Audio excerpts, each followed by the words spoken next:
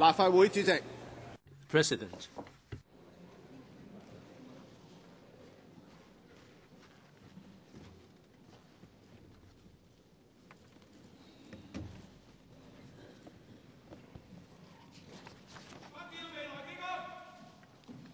Um, 議員保持肅靜。 Will members please keep quiet?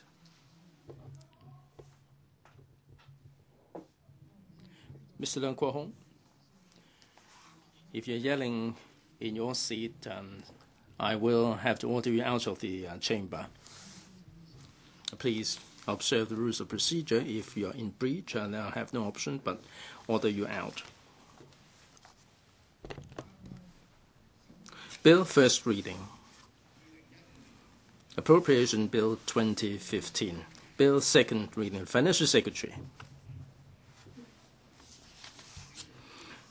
President, I move that the Appropriation Bill 2015 be read the second time.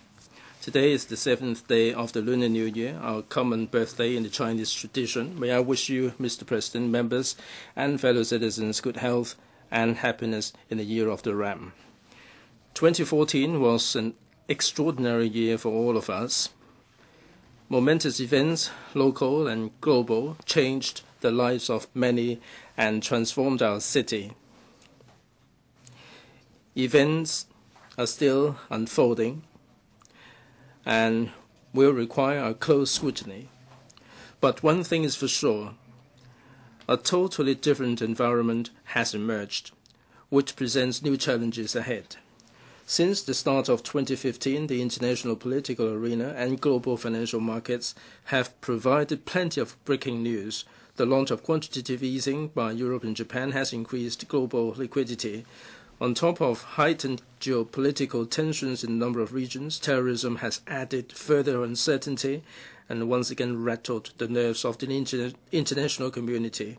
Locally, with constitutional reform entering the new stage, we anticipate that disputes, both inside and outside the Council, will become even more vehement this year. The long-drawn-out, unlawful Occupy movement disrupted different facets of the city to varying degrees. The serious divisions in society that emerged during the 79 days has not only affected the image of Hong Kong, but also aroused concerns about much more radical social conflict, which in turn would make it harder to mend conflicted relationships among people. Without doubt, the social issues revealed during the incident did not come about, nor can they be resolved overnight. We should seek to narrow our differences and pursue consensus with patience and pragmatism. Prolonged bickering will only bog down our development. I am glad to see that most people do care dearly for our home, Hong Kong. People do cherish our fine tradition of the rule of law and do not want to see our well-developed systems eroded. Diversity, openness, peace, and freedom are not only our core values, but also the foundations of our success and the most reliable coordinates of our development path. If we can firmly grasp these fundamentals, we shall be more confident charting our way forward. This year's budget will complement the initiatives announced in the policy address and address the constraints on land and manpower through the effective use of resources. We seek to reinforce the foundation for long-term economic development. In addition to capitalizing our strengths, I shall explore new ideas and strive for diversity to help members of the community realize their aspirations. In particular, I shall make the best use of resources generated by the community's efforts and continue to care for the disadvantaged and promote sustainable development so that the people from different stratas will, as well as our next generation, can share the benefits of economic growth. Global economic performance was less than spectacular in 2014. Despite the steady performance of the mainland's economy and signs of recovery in the U.S., our trade performance was beset by Eurozone's weakening economy and Japan's relapse into recession. Merchandise exports grew by 1% and service exports by 0.5% in real terms. As a result, our economy grew by only 2.3% last year, the third consecutive year with a growth rate lower than the annual average of 3.9% over the past decade. The unemployment rate averaged at a low level of 3.2% for the year as a whole, sustaining a state of full employment. Private consumption expenditure maintained moderate growth, but investment expenditure was soft and sentiment turned cautious. Inflation continued to ease, overall rentals rose, but the rises were generally modest. With steady increases in labor costs and mild imported inflation, the headline inflation rate for 2014 was 4.4%.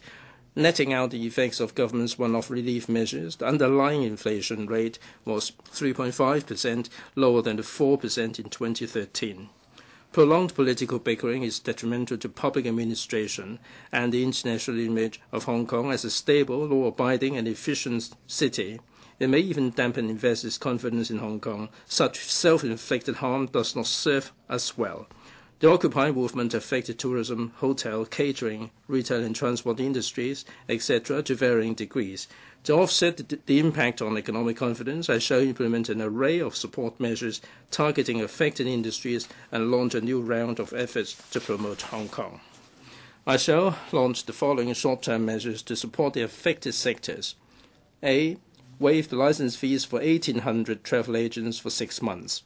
B. Waive the license fees for 2,000 hotels and guest houses for 6 months.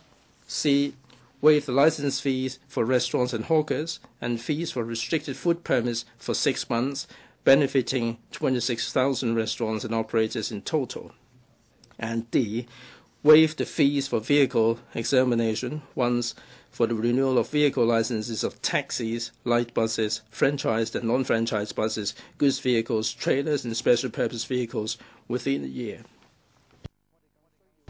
More importantly, we need to rebuild international investors' and tourists' confidence in Hong Kong and uplift our international image. Starting from January, the Hong Kong Tourism Board has launched a new round of publicity in Japan, Korea, Southeast Asia, and major mainland cities. I shall allocate an additional $80 million for the HKTB to step up its promotion efforts in the coming year. These will include running overseas promotions, organizing shopping festivals, and offering merchandise concessions and electronic discount coupons in collaboration with the retail industry, and arranging familiarization tours to Hong Kong for overseas trade missions. HKTB will expand the scale of overseas promotion fairs this year and waive local traders' participation fees. I shall also allocate an additional $26 million to the Information Services Department for inviting overseas media organizations and opinion leaders from around the world to visit Hong Kong, arranging for more overseas visits, and launching another round of publicity campaign for Brand Hong Kong. The Invest Hong Kong, the TDC, and the Hong Kong representation of overseas and in the mainland and Taiwan will also organize promotional activities. This series of measures and promotion efforts costing $290 million will render the affected sector some tangible assistance, help rebuild confidence, and enhance the city's image. I'm aware that many of our citizens are expecting relief. The year 2015 will be a challenging year. Amid improvement in the U.S. economy, the U.S. Federal Reserve Board is preparing to raise interest rates, running counter to further easing measures pursued by central banks of Europe and Japan. The stance of the new Greek government has added uncertainties to the market. The drop in oil prices is beneficial to Hong Kong and other net energy importers. Excessive oil price volatility, however, will pose a real threat to the global economy and financial markets. The interaction of these factors will further complicate the external environment. A, the U.S. inflation outlook will be affected, making it difficult to forecast the pace of interest rate hike. B, rising deflation risks in Europe and Japan will add headwinds to economic recovery.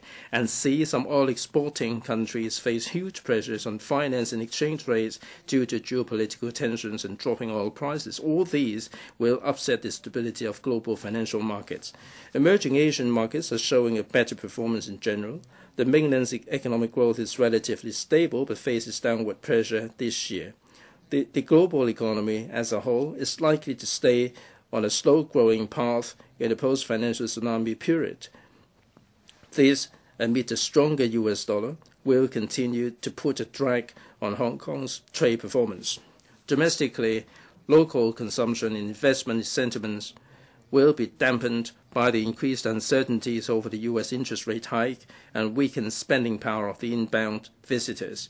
In the face of internal and external challenges, I forecast GDP growth at 1 to 3% in 2015. The labour market will hold largely stable, but if the domestic sector continues to be trapped in slow-growing path, the pace of job creation by enterprises will be affected. As regards inflation, with the softening of the global commodity prices in the past year, imported inflation will remain mild. Retail sales have weakened recently, and rental pressure is less than that in previous years. I forecast that the headline inflation rate for 2015 as a whole will be 3.5%, with an underlying inflation rate at 3%. Our external trade performance will be affected by a host of uncertainties this year. It can hardly drive our economic growth. As such, we shall need to rely on domestic demand for maintaining economic vibrancy and preserving employment. There are 320,000 SMEs in Hong Kong, accounting for 98% of the total local enterprises and employing 50% of the workforce in the private sector. This underscores SMEs' role as the mainstay of our economy. To support SMEs, I shall A. extend the application period for the special concessionary measures under the SME Financing Guarantee Scheme to 29th of February 2016. B. Inject $1.5 billion into the SME Export Marketing and Development Funds. C. Increase the maximum amount of funding support for each project under the SME Development Fund from $2 million to $5 million. D. Expand the scope of the SME Export Marketing Fund. I am aware that many of our citizens are expecting relief measures to allay their burdens. In view of the challenging international macroeconomic environment, the unstable economic factors, the need to boost the local economy in the short term, and government's relatively sound financial or fiscal position in the short term and medium term, I shall increase public expenditure in a prudent manner according to the principle of committing resources as and when justified and needed, and introduce the following one-off relief measures. A. Reduce salaries, tax, and tax under personal assessment for 2014-15 by 75%, subject to a ceiling of $20,000. The reduction will be reflected in the final tax payable in 2014-15. This proposal will benefit 1.82 million taxpayers and reduce government revenue by $15.8 billion. B. Reduce profits tax for 14-15 by 75%, subject to a ceiling of $20,000. The reduction will be reflected in the final tax payable for 14-15. This proposal will benefit 130,000 taxpayers and reduce government revenue by $1.9 billion. C. Waive rates for the first 2 quarters of 2015-16, subject to a ceiling of $2,500 per quarter. It will benefit 3.15 million properties and reduce government revenue by $7.7 billion. D. Provide an extra allowance to CSSA recipients equal to 2 months of standard rate of CSSA payments, and extra allowance to the recipients of OAA, OALA, and DA equal to 2 months of the respective allowances. This will involve an additional expenditure of $5.5 billion. And E. Pay 1 month's rent for lower-income tenants living in rental units of the Hong Kong Housing Authority and the Hong Kong Housing Society, involving an expenditure of $1.1 billion. This measure will not apply to tenants who are required to pay additional rent and non-elderly tenants of the HS Group B estates. I have to point out that the recurrent measures and one-off measures serve different objectives and purposes. The former addresses recurrent needs of the community, while the latter serves counter-cyclical objectives to provide cushioning effects for the economy and alleviate imminent economic hardships. They are not interchangeable. I raised the child allowances for 3 consecutive years from 11 to 12 to 13 to 14. Many parents want government to provide more specific tax exemptions to ease their burden in taking care of their children. I understand the problems they are facing, but we need also to avoid complicating the tax regime. I shall increase the basic and additional child allowances from $70,000 to $100,000 from 2015 to 16 onwards. This will reduce government revenue by $2 billion each year. Amounting to $34 billion, the 6 relief measures should help alleviate the financial burden of the public, stimulate consumption, stabilize the economy, and preserve employment. Together with other measures, they will have a fiscal stimulus effect of boosting GDP by 1 percentage point.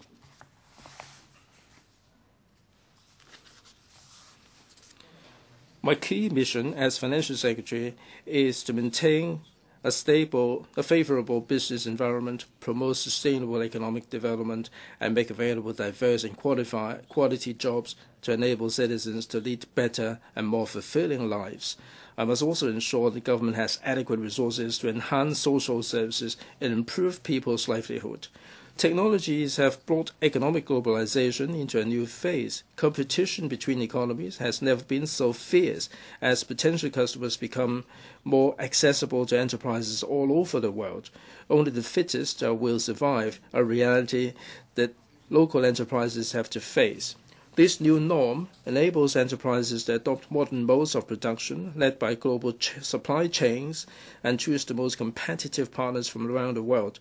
With Hong Kong's established position as an international financial, trading and logistics hub, our commercial sector is accustomed to utilizing supply chain management. This gives them the opportunity to benefit from the ample room for development brought about by the close connections between regions.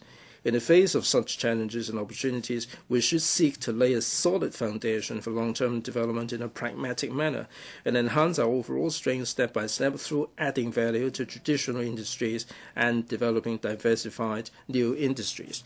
Manpower mismatch is becoming more and more evident in Hong Kong. This, coupled with the challenge of an aging population, has directly hindered the sustainable economic development. We must strive to overcome the constraints on our development potential and rise to the challenges together. Otherwise, the next generation will have to bear the price of our short-sightedness. Hong Kong has long been a cradle for entrepreneurs. The city is renowned for its favorable business environment with a fair and transparent market system, a liberal and open investment climate, and simple and low tax regime. Legends of rags to riches live on for generations. Many entrepreneurs started their business without much enterprise, much experience, technology or capital, but their flexibility and market acumen have opened up new opportunities in different trades and markets. Social enterprises are gaining recognition in Hong Kong. With business models that balance economic and other social values, they mark the maturing of our society. Research showed that each dollar of public funding contributed $4 to $7 of workfare to those disadvantaged employees, reflecting the significant benefits brought about by social enterprises. Diversified and dynamic, Hong Kong boasts a melting pot of cultures with a blooming talent pool in cultural and creative sectors. I shall take the fashion industry, the film industry, and arts and culture sector as examples to unveil government's initiatives in promoting these sectors. A new wave of entrepreneurship in the form of startups is emerging around the world. Many startups boldly apply new technologies, information technology in particular, disrupting the traditional mode of operation. They translate state-of-the-art technologies into competitive products and services that change consumption patterns and open up new markets. Last few years saw a notable burgeoning of startups in Hong Kong. They managed to build up a wider clientele base by conducting in-depth market studies over and above their clearly defined positioning, inspiring marketing strategies. I've seen an enterprise developing wireless chargers for electronic devices, and another designing a mobile app for pre-ordering coffee. Hong Kong is among the most advanced information and communication technology hubs in the world. Our business support services and sound system to protect IP rights provide favorable conditions for the growth of startups. Many public and private organizations offer support, including provision of co-working space, incubation programs, business advisory services, and assistance in building partner networks. The number of such organizations has increased by tenfold over the past 3 years, and they include well-renowned organizations such as Nest Accenture. Invest Hong Kong launched a large promotion campaign known as Start Me Up Hong Kong 2 years ago to promote our advantages as a leading global hub for startups. The campaign has attracted innovative startups with potential to our city and brought Hong Kong-based enterprises to the attention of many international and angel and venture capital investors. We have witnessed a growing interest amongst investors in Hong Kong startups. International IT giants such as Microsoft have set up offices here to look for new businesses that are worth investing in. Startups nurtured by the Hong Kong Science and Technology Parks Corporation and the Cyberport have also attracted hundreds of millions of dollars of investment. Financing needs increase as startups grow. To further encourage financing of new enterprises, the Hong Kong Science Park will earmark $50 million to set up a corporate venture fund for co-investment on a matching basis with private funds in startups which are located in the science park or have participated in his incubation programs. I shall also ask the Hong Kong Mortgage Corporation Limited to expand and enhance the microfinance scheme. In addition, the proposed injection of $5 billion to the Innovation and Technology Fund will help strengthen support for relevant enterprises. We strive to provide startups with enhanced hardware and software support. The Hong Kong Science Park will extend the Leading Enterprises Acceleration Program to help more companies with potential to consolidate their businesses, raise capital, and improve corporate management. From this year onwards, free online government information will be released in digital format to encourage development of more applications by startups. Many startups have developed a wide range of mobile applications by exploiting such public sector information, including information on real-time traffic and weather conditions. Financial technologies are also an investment target of many venture capitalists or crowdfunding efforts. Financial technologies that help facilitate functions such as payment, clearing and settlement systems, big data analytics, cloud computing, information and risk management, and network security can enhance operational efficiency and help open new modes of development for the financial sector. Being an international financial sector with years of experience in technology, Hong Kong is an ideal place for developing financial technologies. I have asked the Secretary for Financial Services and the Treasury to set up a steering group to study how to develop Hong Kong into a financial technology hub together with industries, research and development institutions, as well as regulatory authorities. I hope to improve the ecosystem for local startups and technological enterprises to tie in with the general direction of moving our economy up the value chain and enabling local industries to diversify. With the relentless and concerted efforts of government and various sectors over the years, local social enterprises have attained solid growth. The scope of services and target clients have become more diversified, earning wider recognition from the community. Apart from creating job opportunities, social enterprises also engage people from different sectors to serve the community. For instance, there are social enterprises renting domestic units to single-parent families with imminent housing need as co-tenants at below-market rates, offering barrier-free taxi services to wheelchair users, and operating restaurants to create jobs for women living in the same district. Since the launch of the Enhancing Self-Reliance Through District Partnerships scheme in 2006, the Home Affairs Department has so far allocated a total of $180 million for the establishment of 161 social enterprises, which created 2,600 job opportunities. 80% of these social enterprises have become self-sustaining after the funding period. I shall earmark $150 million to roll out a new phase of the ESR program from 2016-17 to 2019-20, under which enhancement measures will be implemented to benefit more types of social enterprises and encourage greater participation of the commercial sector in the development of social enterprises. Government has been working closely with the cultural and creative industries to promote their development, with a view to creating an atmosphere that inspires creativity and expanding the local market as well as exploring outside markets. I shall inject an additional $400 million into the Create Smart initiative to support different sectors of the creative industries. Efforts will be made to assist them to participate in and organize exhibitions and fairs, provide talented people with training programs, and subsidized overseas exchanges and internships so as to afford them opportunities to realize their potential. Hong Kong's textiles and clothing industry has a solid foundation. Many famous fashion designers have had spectacular success in creating their own brands. The trade has been dedicated to grooming and nurturing talent. an organization offers co-working space in an industrial building for promising fashion designers and introduces their designs to international markets. A long-established spinning mill plans to revitalize its old factory into an incubation center for fashion designers and other related facilities, promoting collaboration between fashion design and the clothing industry to move them up the value ladder will enable them to generate greater economic benefits. I agree with the recommendations of the Economic Development Commission on promoting the development of the fashion industry. I shall consolidate the existing resources and invest new resources totaling $500 million to launch a series of measures on a pilot basis in the next 3 years.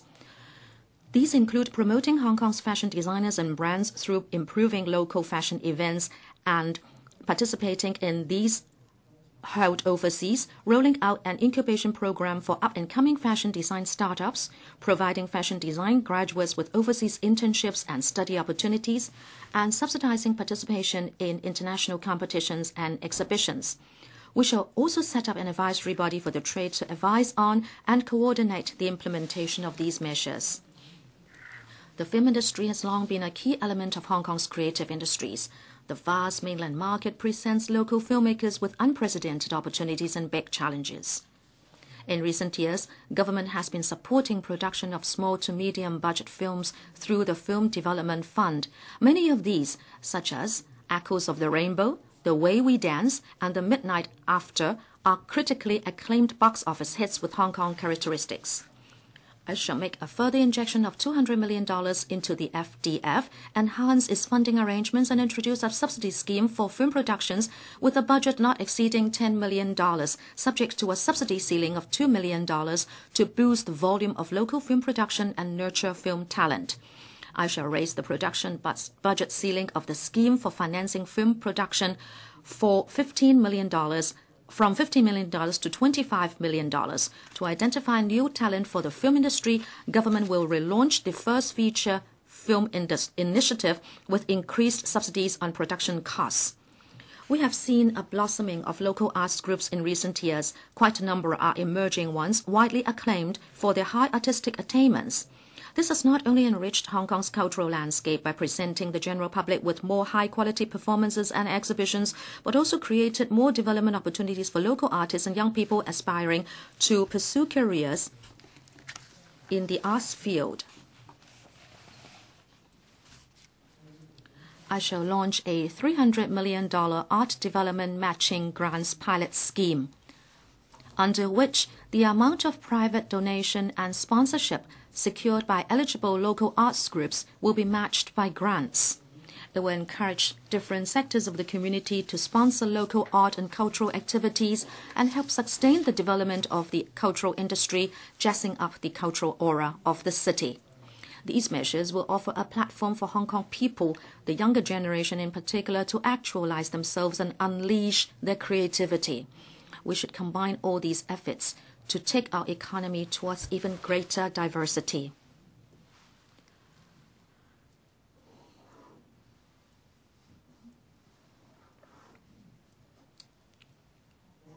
With continuing economic reform for over 3 decades, China's remarkable achievements have been impressive.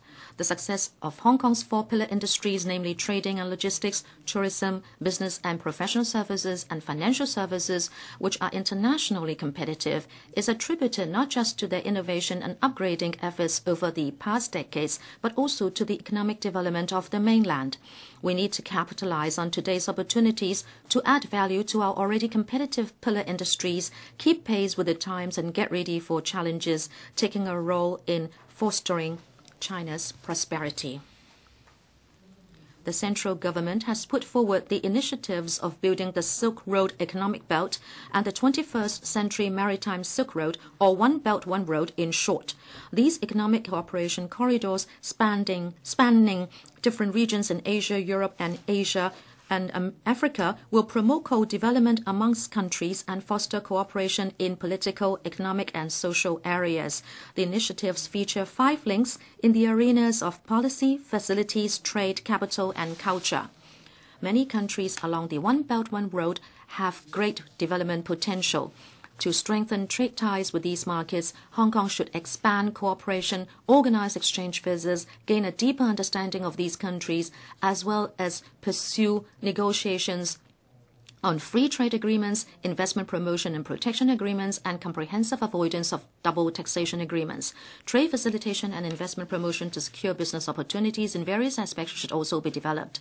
Hong Kong can work with mainland provinces and municipalities to stage roadshows in these countries to facilitate trade and investment flows for regional economic integration. This will create more favorable conditions for our goods, services, and investment to access overseas markets. While the mainland is furthering its economic and trade ties with countries along the One Belt One Road, Hong Kong, as an important financial, commercial, and maritime center in the world, can provide mainland enterprises that seek to go global with a wide range of professional services in the financial and legal arenas, including international investment, cross-border trade, in a settlement, renminbi bond issuance, and asset and risk management services. Last October, over 20 countries signed a Memorandum of Understanding in Beijing and formally announced a plan to establish the Asian Infrastructure Investment Bank, or AIIB. We shall endeavor to leverage our strength in financing and asset management to support its establishment and operation and pursue actively the possibility of our joining AIIB. A two-pronged approach should be adopted to further develop our pillar industries. On the one hand, we shall capitalize on the new opportunities created by the One Belt One Road initiatives of our nation. On the other, we shall endeavor to speed up the pace of moving our industries up the value train. Strategically located and with an extensive trading network as well as a simple and open trading system, Hong Kong for years has been a regional trading and logistics hub underpinned by a well-established international transportation network. We are among the world leaders in terms of both air and port cargo throughput. Last year, Hong Kong's visible trade, including re-exports, domestic exports, and imports of goods, amounted to $8.4 trillion, approaching 4 times of GDP. To cater for the demand in modern supply chain management, the trading and logistics industry needs to develop towards the provision of high value-added services. In this respect, air cargo services are of growing importance. The cargo handled by the Hong Kong International Airport accounts for less than 2% of our total freight volume by weight, but makes up nearly 40% of our exports and imports by value. With rising passenger and cargo throughput at the Hong Kong International Airport, the existing 2-runway system will reach its maximum capacity in a few years.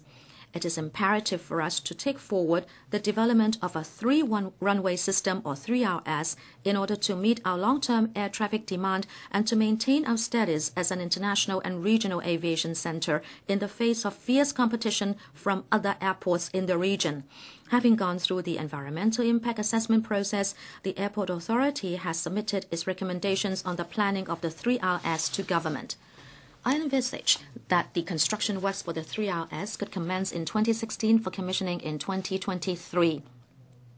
AA estimated that with full operation of the system, the airport could handle 100 million passengers and 9 million tons of cargo annually by 2030.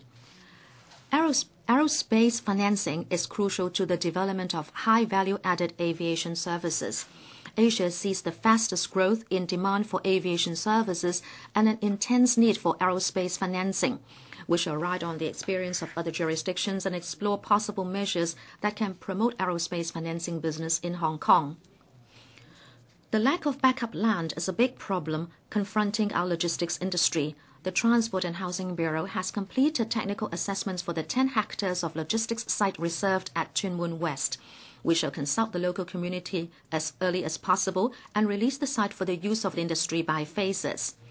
Apart from hardware, supporting software is also essential to strengthen our connection with overseas markets. We're examining how best to further streamline departments' handling of import-export documents. The provision of one-stop customs clearance service through a single window will closely follow mainstream international development.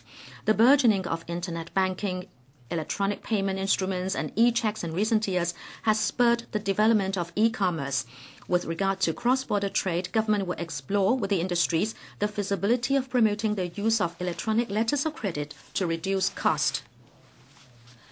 While the strong growth of e-commerce generates business opportunities for the provision of logistics and delivery services, the prevalence of e-communication poses a challenge to traditional mail delivery business.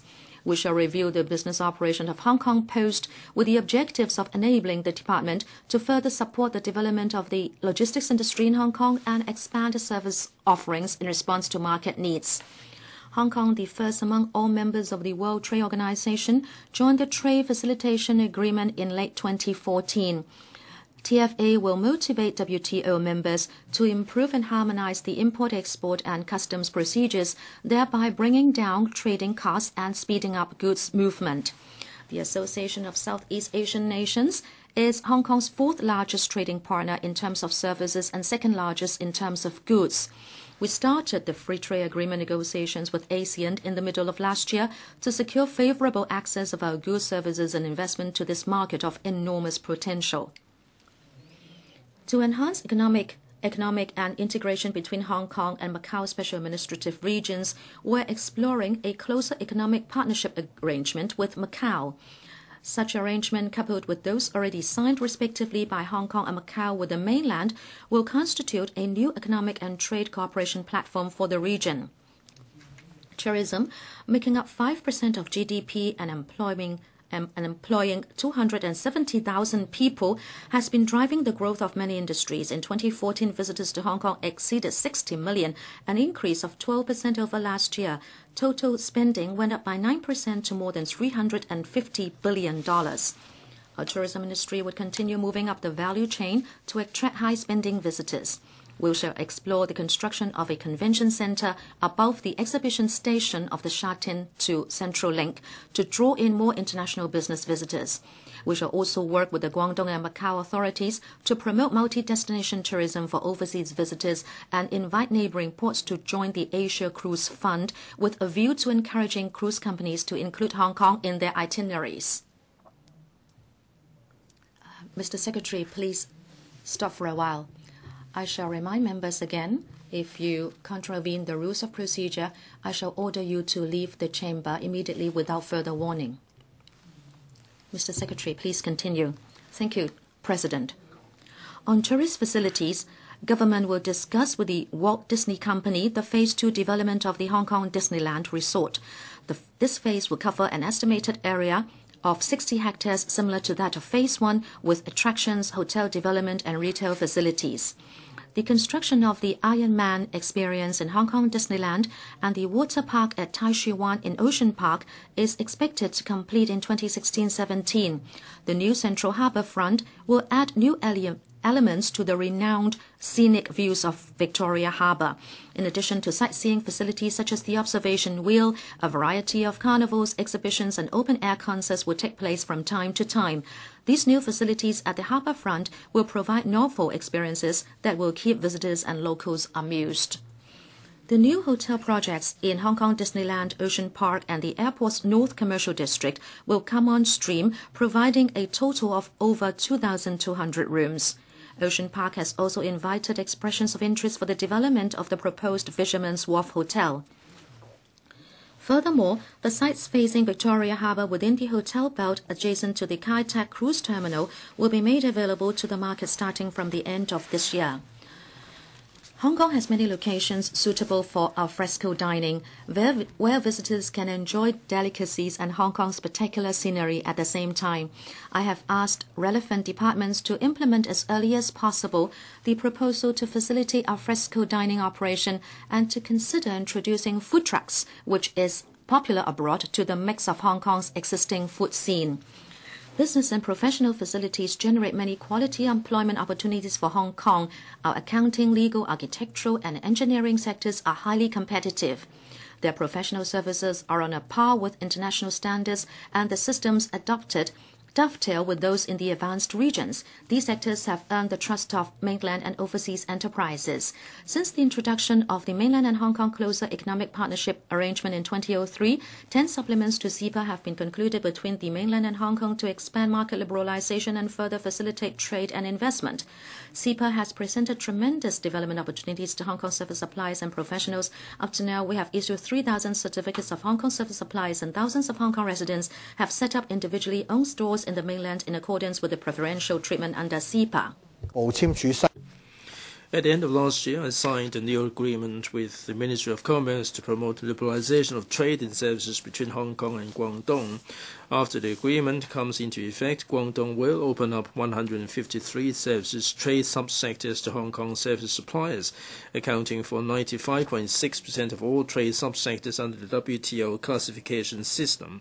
I hope the mainland will further deepen the liberalization measures on this basis and extend them nationwide, thereby achieving basic liberalization of trade and services between the entire mainland and Hong Kong by the end of this year. As an international business center, Hong Kong is well placed to become a premier IP trading hub, providing high-value added IP services in the region. I shall earmark $23 million in the coming 3 years for offering IP consultation, manpower training, and other services to SMEs. As regards tax deduction for capital expenditure incurred on the purchase of IP rights, I shall consider extending the scope to cover more types of IP rights as appropriate.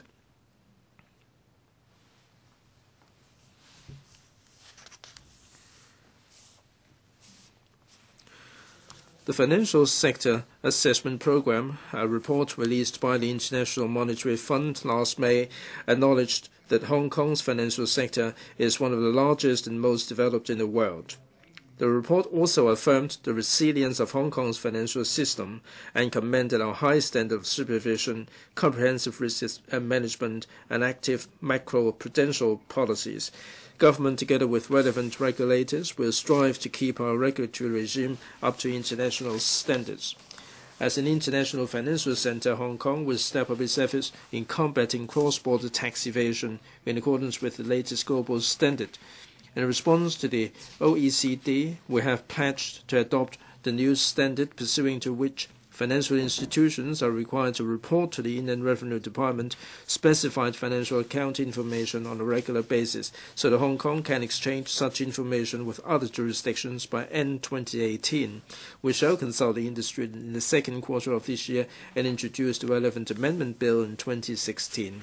The Shanghai-Hong Kong Stock Connect has been operating smoothly since its launch in November last year.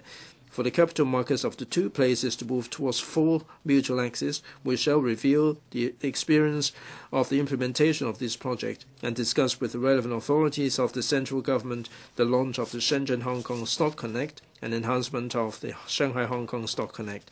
We shall also work with the industry to stage roadshows in the mainland to promote Hong Kong's securities market to mainland investors. While we strengthen our connection with the mainland market, we are also expanding our RMB business links with the rest of the world.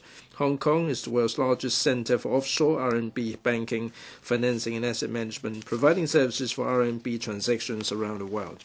Last year, RMB trade settlement conducted through Hong Kong banks amounted to 6.3 trillion RMB, with a 60% year-on-year increase, while RMB bond issuance amounting to 200 billion RMB, with a 70% year-on-year increase.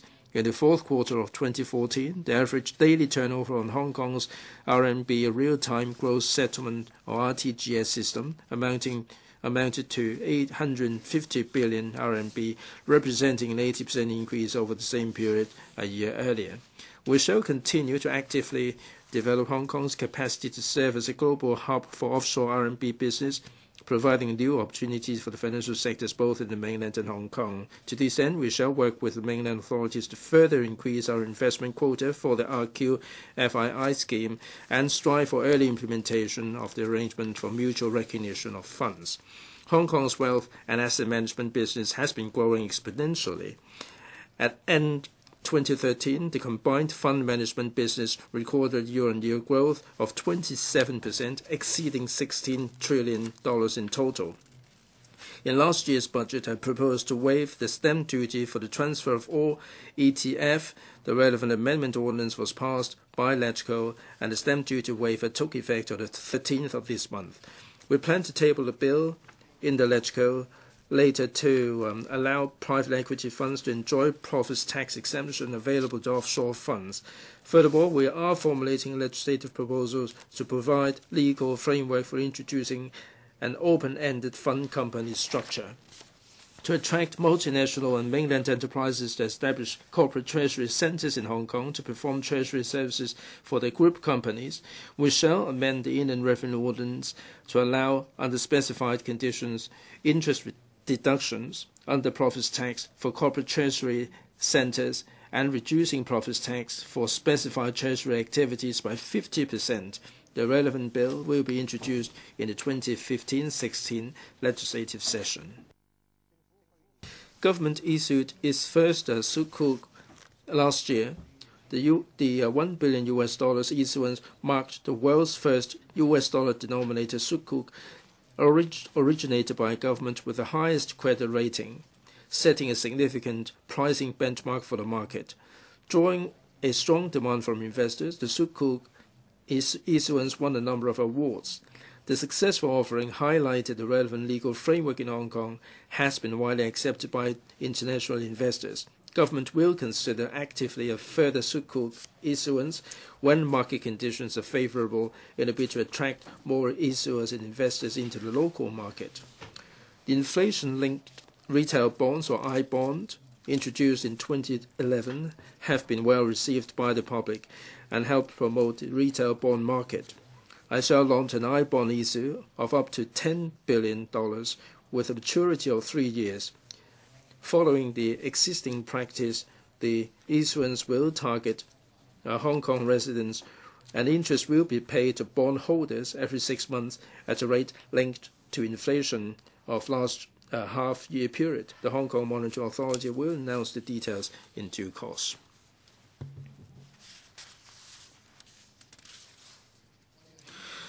While augmenting further the competitiveness of our pillar industries and fostering diversification of our industries, we must strive to overcome the limitations that hamper economic growth. People are the most important asset for Hong Kong. The future of our city hinges upon the quality of people. For generations, Hong Kong people have strived to raise themselves up the social ladder through hard work and self-improvement.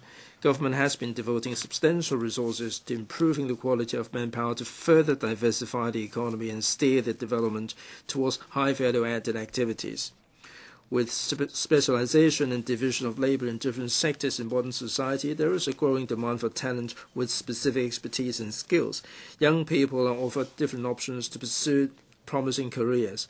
Government has been working closely with different sectors to provide professional training for various trades and industries, including construction, retail, clock and watch, printing, healthcare, and testing and certification.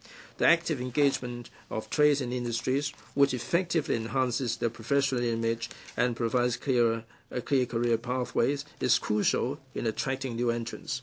Skills mismatch in the labor market is becoming more evident in recent years. Chronic manpower shortage and recruitment difficulties in individual sectors will hamper the sustainable and diversified economic development. While according priority to locals in employment, we shall seriously consider importing manpower in an appropriate, limited and targeted manner to inject new impetus into the labor market. In last year's budget, I announced the allocation of $130 million to support the manpower development of the retail industry. The series of measures are being rolled out. The first program for the Earn and Learn pilot scheme for the retail industry, which is run by the VTC in collaboration with the industry, commenced last year with the first cohort of student trainees starting coursework and on-the-job training in tandem.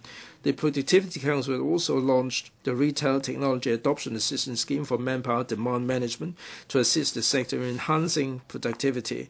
Preparation for the promotion campaign is underway to enhance the image of industry with a view to attracting new blood.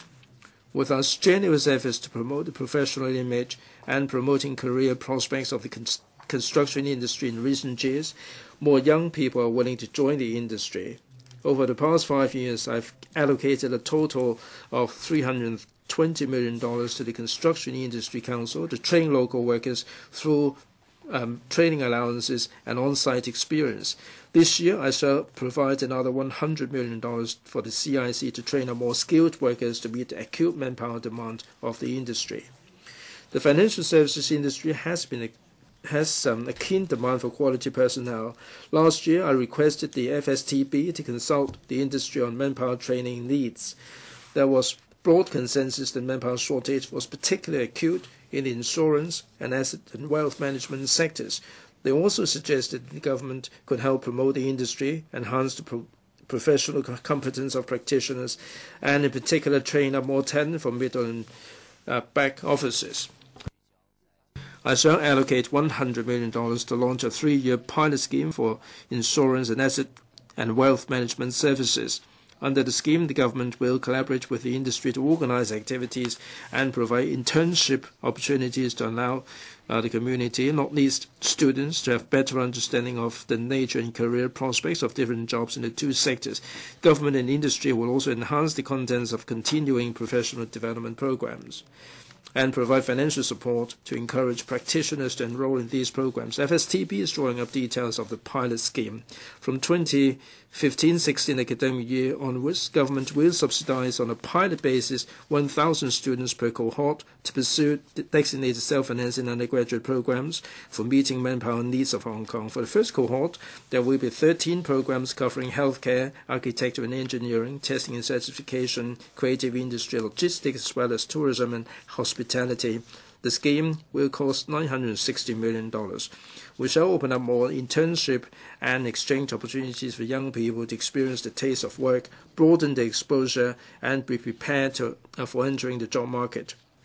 We plan to increase the short-term internship places provided by government departments for 15-16 to 3,000, an increase of 30% over last financial year, so that more young people will have deeper understanding of different areas of government work. This will cost $21 million.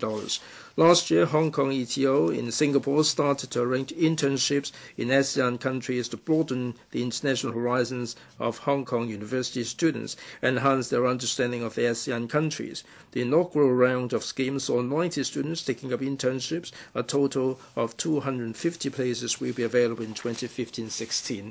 I shall also allocate an additional $205 million in the next 3 years to support more young people to participate in the mainland exchange and internship programs. A livable environment is vital to improving people's livelihood, pooling talent and sustaining economic development. Improving the environment is high on our agenda. Government will phase out 82,000 Euro 3 or earlier diesel commercial vehicles by end 2019, involving an ex gratia payment of $11.4 billion. So far, 22,000 of these vehicles have been phased out, and we shall continue to assist the transport industry in resolving relevant issues.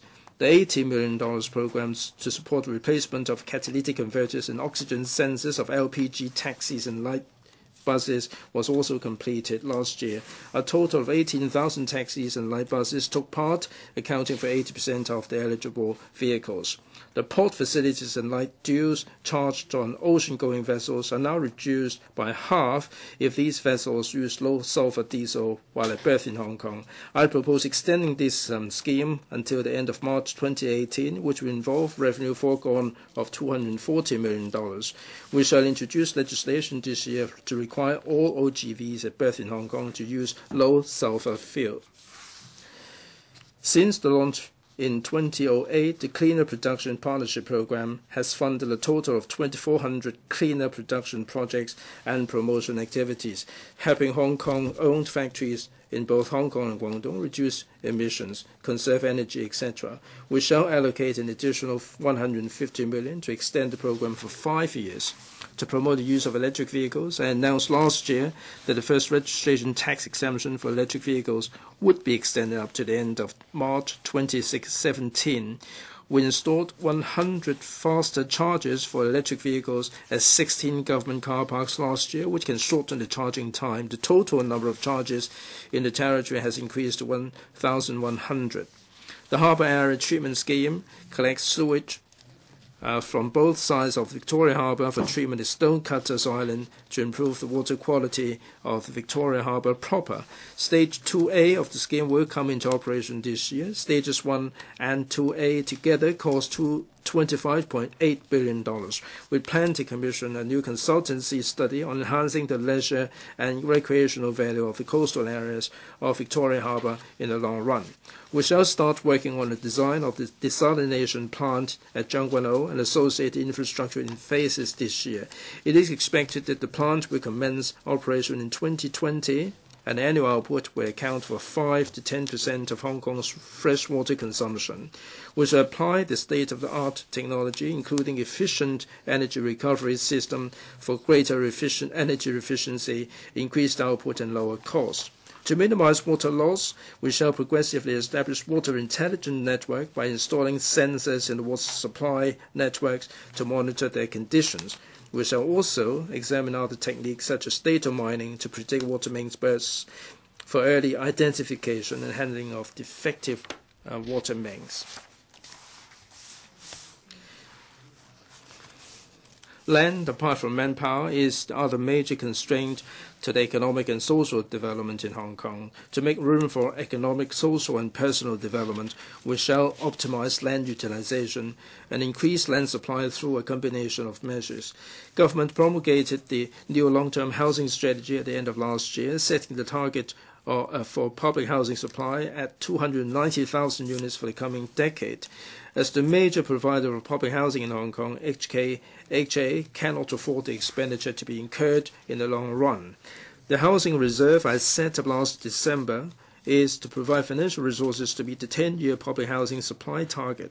The initial injection is the investment returns generated in 2014, which amounted to $27.5 billion.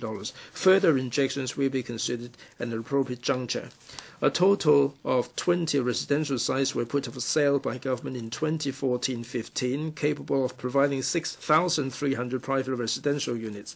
Taking into account the railway property development projects, the URA projects, and private redevelopment and development projects, the land supply has a capacity of producing 20,000 units.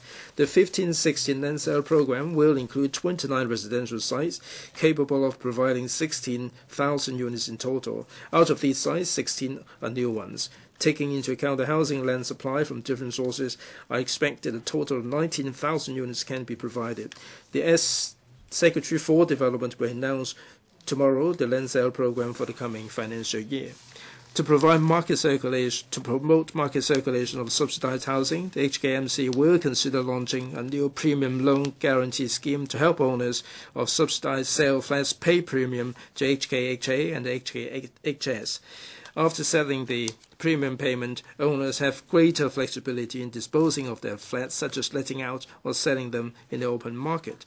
The property market has revived since April last year, with prices and transactions showing renewed pickup.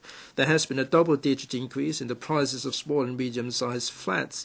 Meanwhile, the external environment is volatile. The timing and pace of U.S. rate hike and the further monitoring easing measures of the central banks of Eurozone and Japan could have significant impact on the local property market.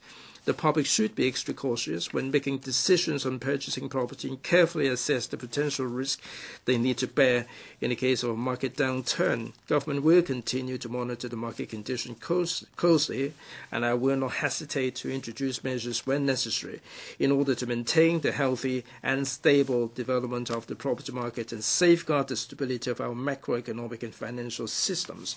In 2014-15, government put up for sale a total of 5 sites for commercial and industrial use and 1 for hotel development, providing 180,000 square meters of floor area and 1,100 rooms respectively.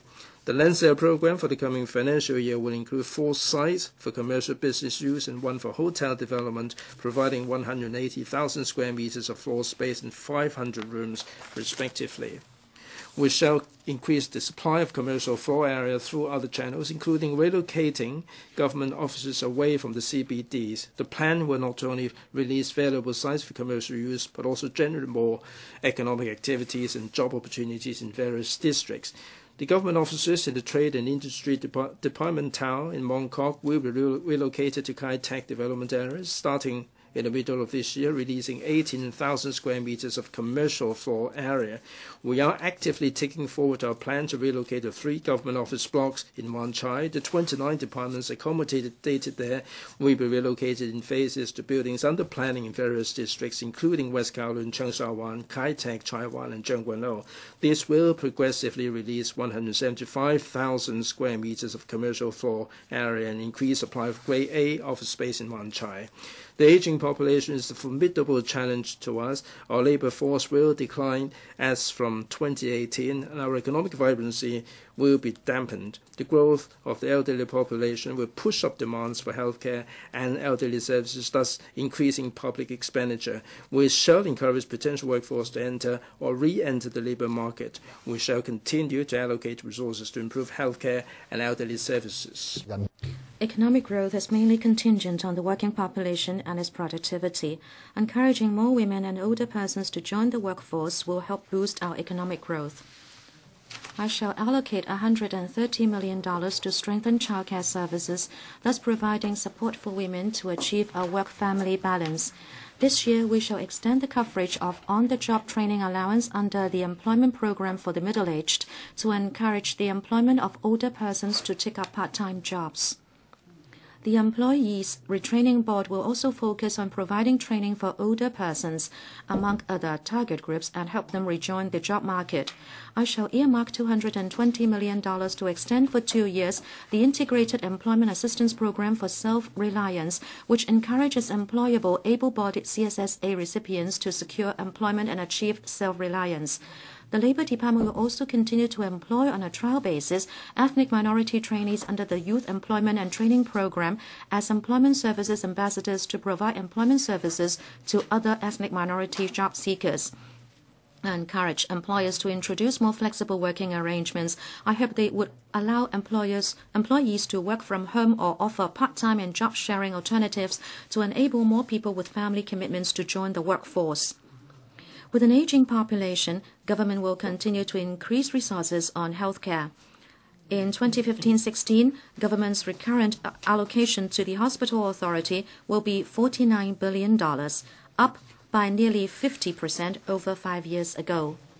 To cater for the long-term demand for healthcare services, we shall carry out a number of hospital projects.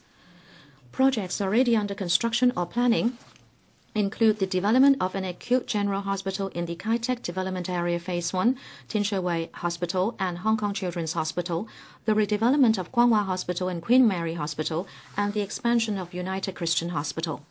A total of 2,800 additional beds will be provided. The works expenditure is estimated at $81 billion. In the 2008-09 budget, I earmarked $50 billion to support healthcare reform. I shall, in light of public views, inject funds into the high-risk pool under the voluntary health insurance scheme and provide tax concession for subscribers to regulated insurance products. To alleviate pressure on the public healthcare system due to manpower shortages and surge in demand, I shall set up a fund for HA to make use of investment returns for public-private partnership initiatives. One of these is to extend in phases the General Outpatient Clinic Public-Private Partnership Program to all 18 districts. I shall offer loans to non-profit-making organizations for private hospital development to address the acute shortage of private hospital beds. The remaining sum will be reserved for general use, including provision of support for public hospital projects. Government has, since the 1960s, been studying different forms of retirement protection, on which there have been wide discussion and diverse views in the community. The Commission on Poverty will consult the public again on retirement protection in the latter half of the year. The sustainability of retirement protection must be a prime concern. Pay-as-you-go retirement protection means that the contribution from today's employees and employers are used to pay the pensions of retirees of the previous generation. In other words, funding for retirement protection for people in this generation is to be borne by the next generation.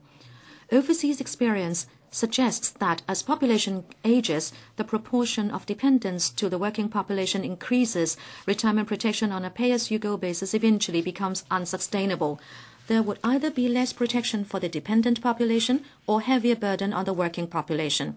We should consider carefully the consequences of this scenario when we discuss retirement protection. Irrespective of the community's choice for the way forward on this issue, the community's consensus.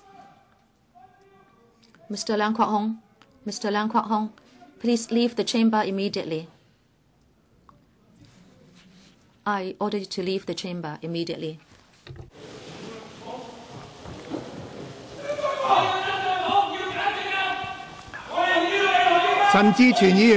Mr. Raymond Chan, leave the chamber immediately.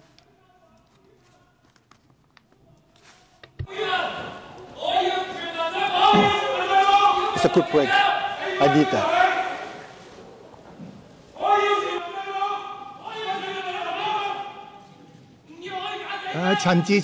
Mr.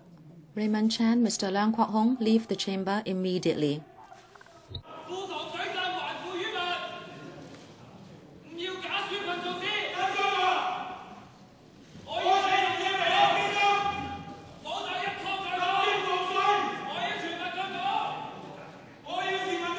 I want universal retirement protection, said Mr. Leung Kwok Hong.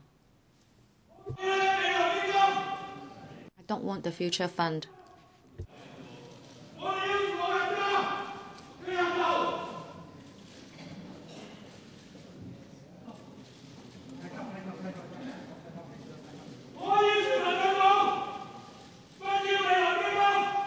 I want universal retirement protection, not the future fund.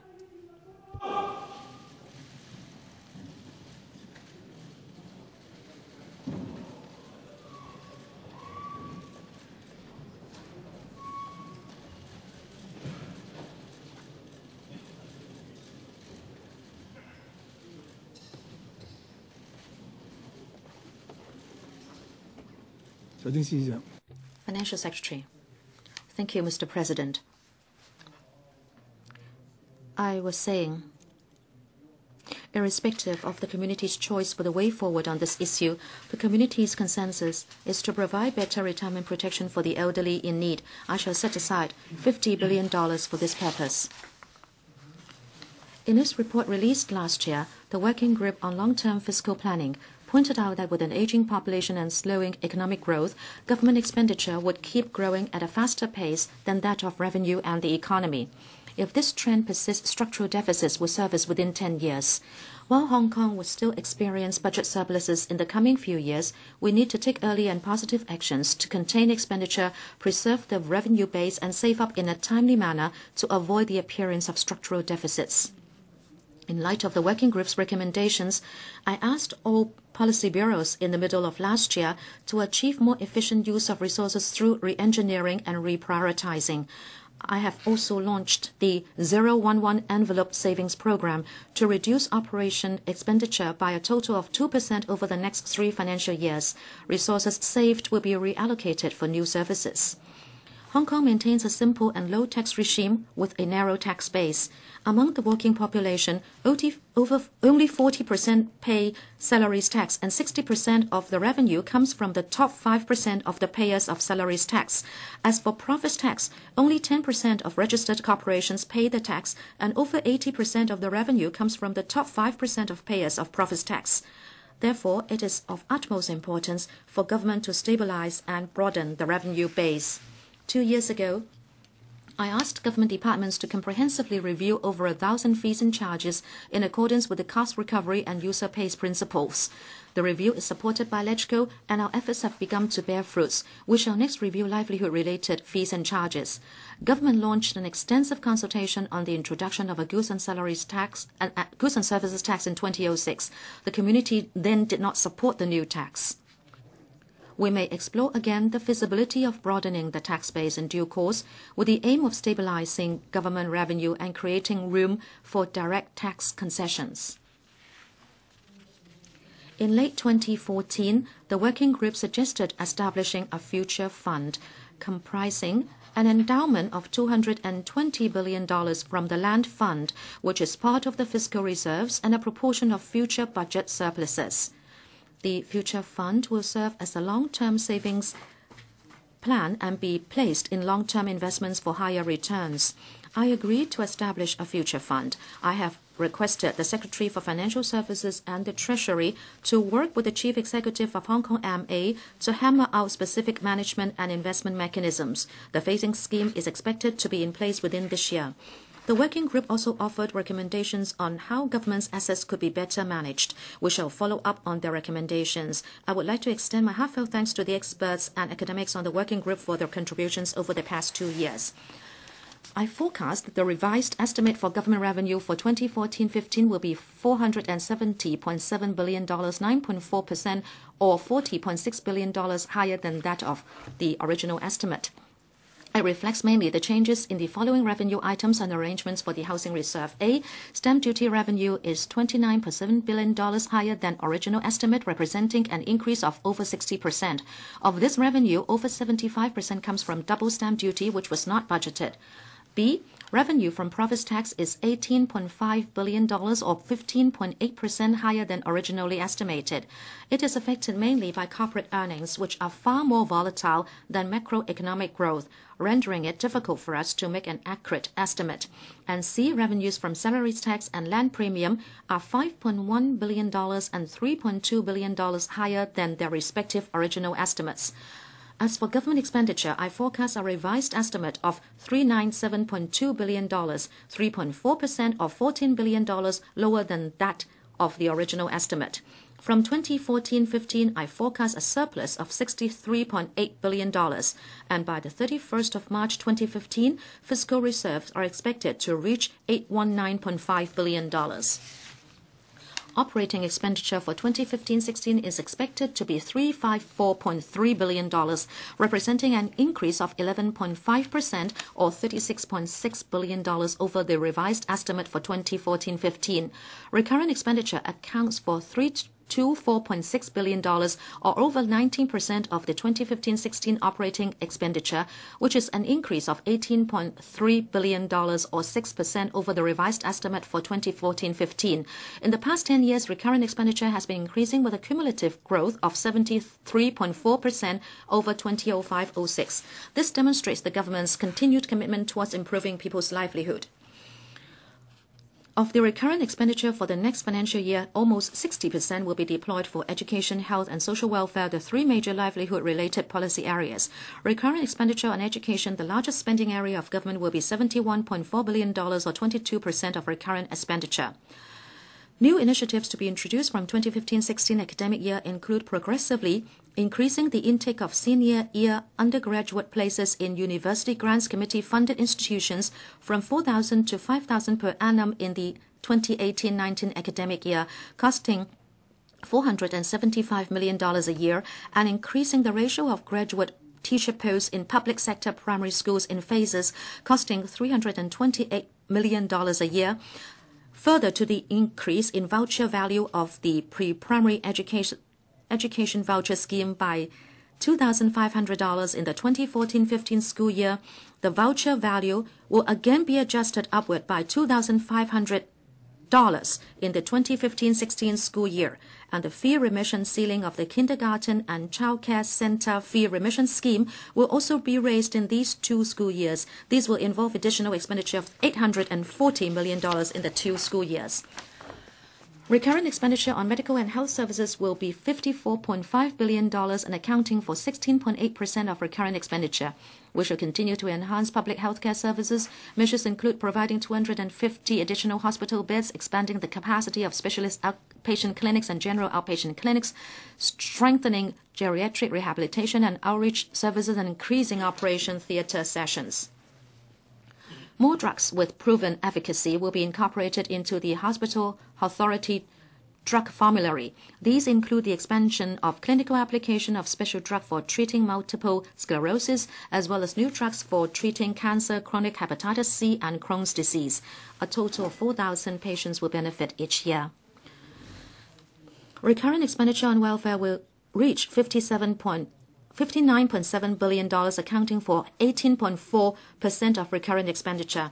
Ever since it was launched 3 years ago, the public transport fare concession scheme for the elderly and eligible persons with disabilities has gradually been extended to cover MTR, franchise buses, and ferries to benefit more people. From late March 2015, the scheme will be extended to cover green minibuses by phases. The recurrent expenditure of the scheme has increased by threefold to $900 million in 3 years' time. In addition, I shall increase the annual recurrent expenditure by $71 million to provide additional spaces for daycare and residential care for the elderly and improve relevant services. Government will also strengthen various support services for persons with disabilities and ex-mentally ill patients, including residential care services and community support services, which will involve an additional annual expenditure of $160 million. I forecast that capital expenditure for 2015-16 will be $86.5 billion, including $70 billion on capital works. We have launched various capital works in recent years for developing transport infrastructure, increasing land supply, as well as medical, educational, and leisure facilities, etc.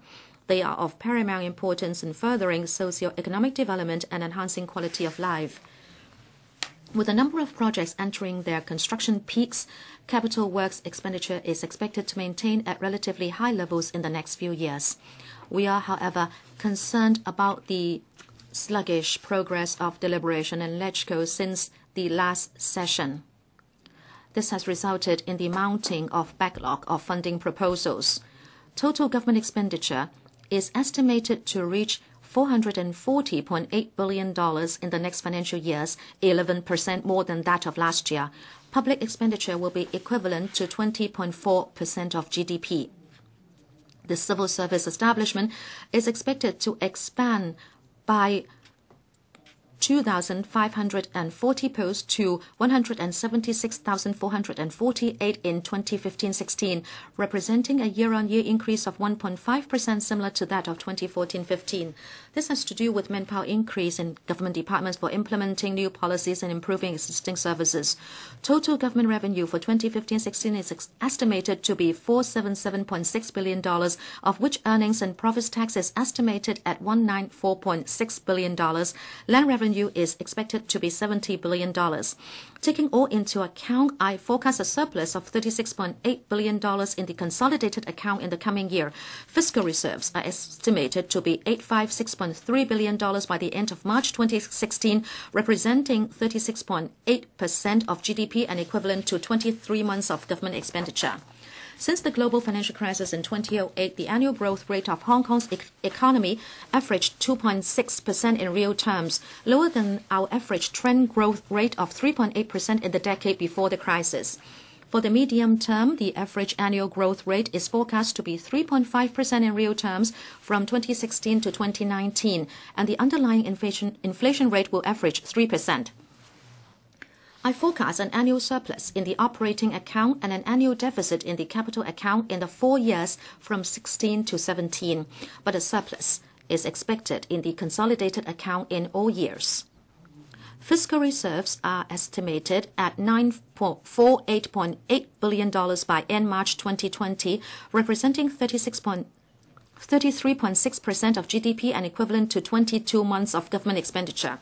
The medium-range forecast is broadly in line with the trend projections of the working group. The aging population will inevitably put mounting pressure on government expenditure, and a shrinking workforce will slow down economic growth. We must remain vigilant and take timely and resolute multi-pronged measures to avert the structural deficit problem.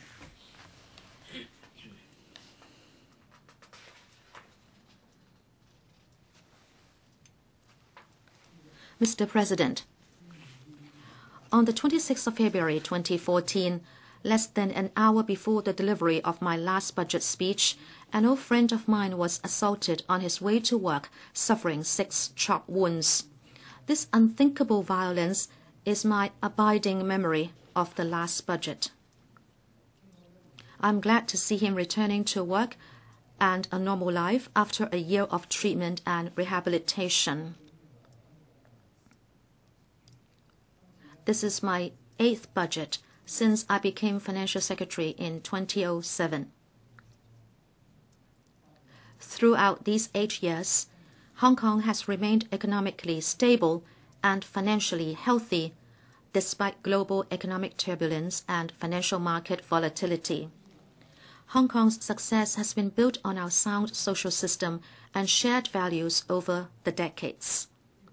People here have different opinions, different likes and dislikes, and different faiths. But we can still live together harmoniously, and our society can still operate effectively. However, events in recent years seem to have impacted on the system and common values. This is huge concern to me. It is perfectly normal to have dissenting voices and controversies in a diversified and pluralistic society such as Hong Kong. What really matters is to remain objective, rational, and pragmatic in handling disagreements. Regrettably, the extremes of stance means that the social bickering of recent years has not led to any solutions to our problems. I'm never afraid of an argument or debate as long as they are constructive. If not, then we are just wasting our time without doing any good for Hong Kong.